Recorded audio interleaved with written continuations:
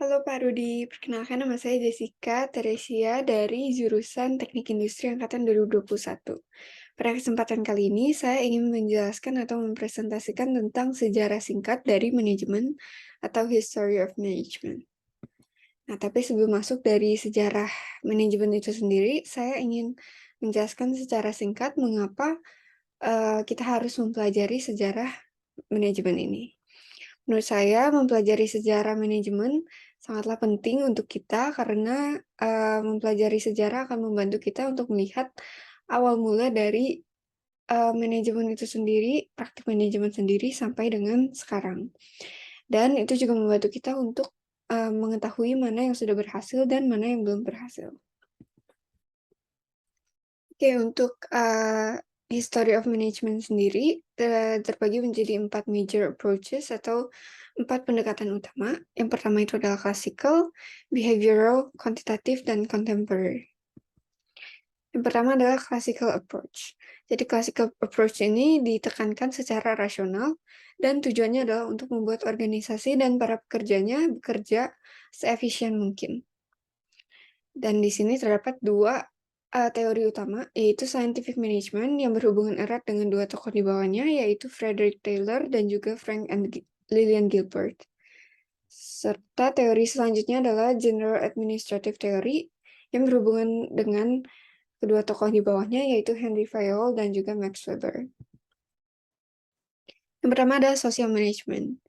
Jadi awal mula dari social scientific management ini adalah ketika Franklin atau lebih dikenal sebagai Taylor itu sedang bekerja di perusahaan di mana ia bekerja, yaitu perusahaan besi.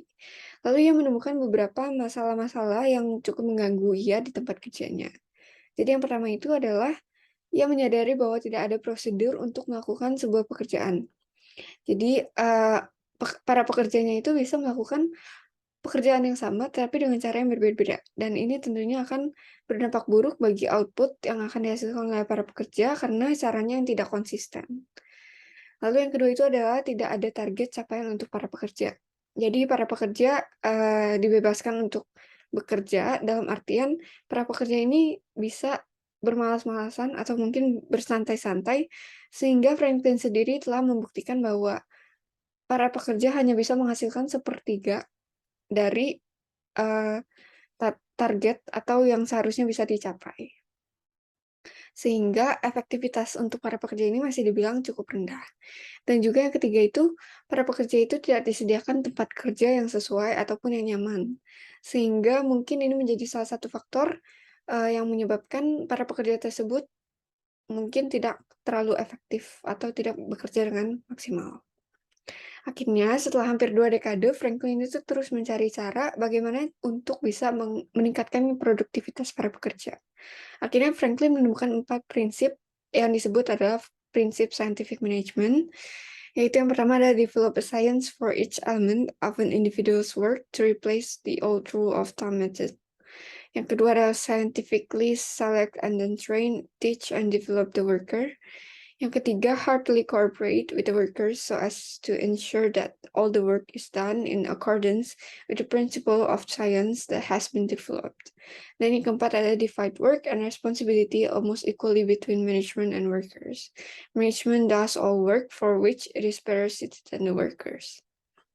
Dan setelah menerapkan prinsip tersebut, akhirnya Franklin berhasil meningkatkan produktivitas para pekerja dengan beberapa cara.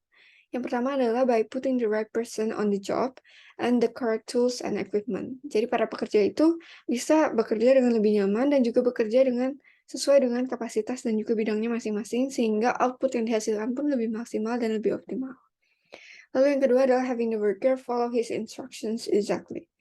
Jadi mungkin terdapat SOP atau cara mengerjakan suatu pekerjaan yang tertulis sehingga para pekerja itu dapat mengerjakan pekerjaan yang sama dengan cara yang sama, dan cara yang sama itu menghasilkan output yang konsisten.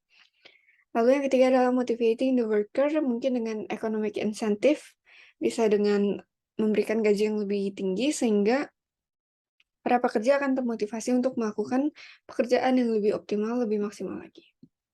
Nah, lalu tentunya scientific management ini berdampak memiliki dampak yang sangat besar ya untuk, khususnya dalam dunia manajemen hingga saat ini. Apa sih dampaknya untuk dunia manajemen sampai saat ini? Jadi yang pertama itu adalah time and motion study.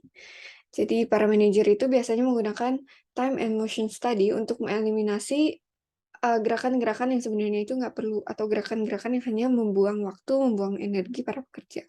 Sehingga kalau gerakan tersebut bisa dikurangi, maka, eee, waktu yang dibutuhkan para pekerja pun juga bisa dipersingkat dan akhirnya hal ini akan mempengaruhi baik secara jumlah output maupun secara, gaji para pegawai. Lalu yang kedua adalah hire the best qualified workers for a job. Jadi yang pastinya mencari para pekerja itu yang memang ahli dan juga best qualified di bidang tersebut sehingga output yang dihasilkan pun maksimal dan juga pekerjaan-pekerjaannya dapat lebih, terstruktur. Nah, untuk yang kedua ini adalah General Administrative Theory. Jadi, ini tuh lebih fokus di what managers do and what constitute good management practice. Nah, kalau tadi Taylor atau Franklin itu memikirkan, first line managers dan juga scientific methodnya untuk mencari cara agar meningkatkan produktivitas para pekerja. Lain halnya dengan Fayol atau Henry Fayol, itu lebih memperhatikan tentang activity atau aktivitas dari manajer-manajer. Karena Fayol itu percaya bahwa manajemen itu merupakan hal umum yang sangat dibutuhkan untuk semua usaha bisnis, pemerintah, maupun usaha di dalam rumah. Jadi beliau menciptakan 14 principles of general administrative theory. Ada division of work, authority, discipline, unity of command, unity of direction, subordination of individual interests and to the general interest, remuneration, centralization, scalar chain, order, equity, stability, initiative, and esprit de corps. Nah, apa sih mungkin 14 principles ini memiliki juga pengaruh yang sangat besar untuk dunia manajemen hingga saat ini. Apa itu pengaruhnya? Jadi 14 prinsip ini berfungsi sebagai kerangka acuan dari berbagai konsep manajemen yang saat ini ada sangat banyak, seperti otoritas manajerial, pengambil keputusan terpusat, dan lainnya. Jadi 14 prinsip ini sangat penting dimiliki, dipelajari, dan dipahami oleh para manajer untuk dijadikan kerangka acuan. Next, yang kedua itu adalah behavior approach. Jadi behavior approach ini berbeda dengan classical approach. Behavior approach ini lebih mengarah ke actions atau behavior atau kelakuan para pekerja. Jadi ini itu mempelajari tentang perilaku-perilaku orang-orang yang ada di pekerjaan tersebut. Nah, ada 4 tokoh yang sangat berperan dalam behavior approach. Yang pertama adalah Robert Owen pada tahun 1700-an. Beliau ini yang memikirkan tentang deplorable working conditions atau kondisi bekerja yang mungkin kurang menyenangkan atau kurang nyaman. Sehingga beliau mempropose atau mengajukan idealistic workplace atau, eee, tempat kerja yang ideal sehingga para pekerja dapat lebih nyaman bekerja dan juga menghasilkan pekerjaan yang lebih optimal juga. Lalu beliau ini juga menyatakan pendapatnya bahwa uang yang dikeluarkan untuk mengimprove labor atau tenaga kerja itu merupakan investasi yang sangat, cerdas. Lalu selanjutnya adalah Hugo Munsterberg, ini pada awal tahun 1900-an. Beliau ini merupakan, the pioneer in field of industrial psychology, scientific study of people at work. Jadi beliau ini juga mensugestikan atau suggest, untuk kita menggunakan psychological test untuk menyeleksi para pekerja. Lalu beliau juga mensugestikan untuk kita mempelajari teori konsep untuk, men-training employee dan juga mempelajari human behavior untuk memotivasi para pekerja. Lalu selanjutnya yang ketiga itu adalah Mary Parker Follett pada akhir tahun 1900-an.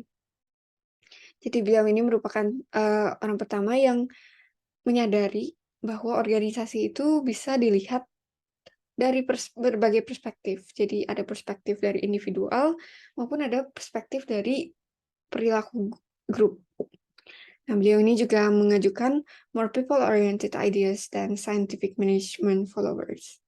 Dan juga beliau ini memikirkan kalau organisasi itu seharusnya didasari dari sebuah grup etik. Lalu yang keempat atau yang terakhir adalah Chester Bernard pada tahun 1930-an. Jadi beliau ini merupakan manajer yang berpikir bahwa organisasi itu merupakan social system. Sistem sosial yang sangat membutuhkan cooperation atau kerjasama yang sangat tinggi. Lalu beliau ini juga mempercayai kalau tugas manajer ini bukan hanya sekedar untuk mengatur-mengatur untuk memastikan semuanya berjalan dengan baik saja, tapi manajer juga bertugas untuk mengkomunikasikan serta mendorong atau memotivasi para pekerja sehingga para pekerja tersebut dapat memiliki high levels of effort atau pengorbanan yang cukup besar. Untuk behavioral approach ini kita bisa lihat bahwa hingga saat ini sebagian besar pengelolaan organisasi masih dipengaruhi oleh behavior approach, mulai dari cara berkomunikasi hingga cara bekerja sama dengan tim. Lalu juga cara pembagian pekerjaan, karena pada saat ini kita juga membutuhkan hubungan atau relasi yang baik antar sesama tim, antar sesama manusia, sehingga behavior approach ini masih sangat digunakan hingga saat ini dalam sebagian besar organisasi. Nah, untuk yang ketiga itu adalah quantitative approach atau pendekatan secara kuantitatif. Jadi biasanya quantitative approach ini merupakan teknik kuantitatif yang digunakan untuk meningkatkan atau mengimprove pengambilan keputusan. Jadi awal mula dari quantitative approach ini adalah ketika Perang Dunia Kedua. Jadi para militer pada saat itu tuh menggunakan solusi matematik dan statistik untuk menyelesaikan masalah-masalah yang ada dalam militer. Lalu ketika World War II sudah selesai, para masyarakat yang di luar militer itu mulai mengikuti quantitative approach yang digunakan untuk menyelesaikan masalah-masalah yang ada di sekitarnya, seperti masalah bisnis, masalah pemerintahan, dan lainnya. Khususnya untuk mengimprove atau meningkatkan decision making. Lalu sebenarnya apa sih yang quantitative approach itu lakukan? Apa sih yang ada dalam quantitative approach? Jadi quantitative approach itu involve statistik, optimisasi, model informasi, komputer, dan juga berbagai teknik kuantitatif lainnya yang digunakan dalam aktivitas manajemen sehingga decision making-nya itu dapat diimprove. Nah, hingga saat ini juga quantitative approach sangat digunakan ya, khususnya ketika ketika manajer-manajer itu membutuhkan management decision khususnya di area planning dan juga controlling seperti budgeting, scheduling, dan lainnya itu biasanya menggunakan quantitative teknik atau quantitative approach.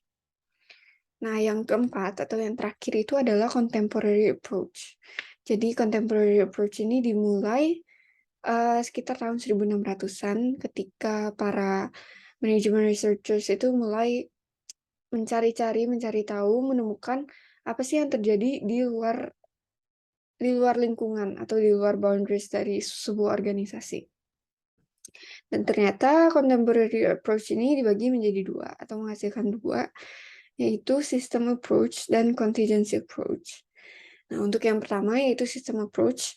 Jadi di sini itu dijelaskan bahwa terdapat dua tipe dari sistem, yaitu sistem yang pertama adalah closed system atau sistem tertutup, di mana sistem ini tuh nggak terpengaruh dan juga nggak berinteraksi dengan lingkungan di luarnya.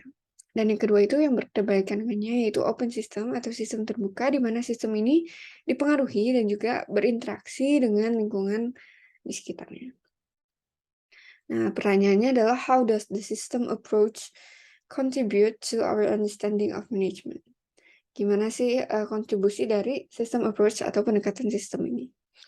Jadi setelah dilakukan penelitian atau studi lebih lanjut, ternyata environment atau lingkungan itu sangat berpengaruh dalam manajemen atau dalam sebuah organisasi khususnya. Jadi sebagai manajer, kita harus mengkoordinasi aktivitas pekerja yang pastinya sangat beragam dan tentunya memastikan semuanya bekerja bersamaan, seiringan, dan juga bekerja dengan baik, sehingga tujuan dari organisasi tersebut dapat tercapai.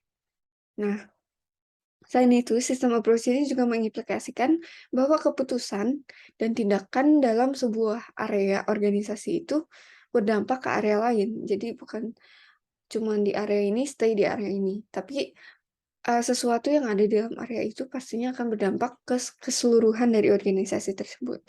Dan juga sistem approach ini menyadari bahwa organisasi saling bergantung dengan lingkungan sekitarnya. Jadi, bukan hanya dengan area-area dalam organisasinya, tetapi juga dengan lingkungan-lingkungan di luarnya. Jadi it's not about the inside, bukan hanya seputaran dari organisasi tersebut, tapi it's also about the outside.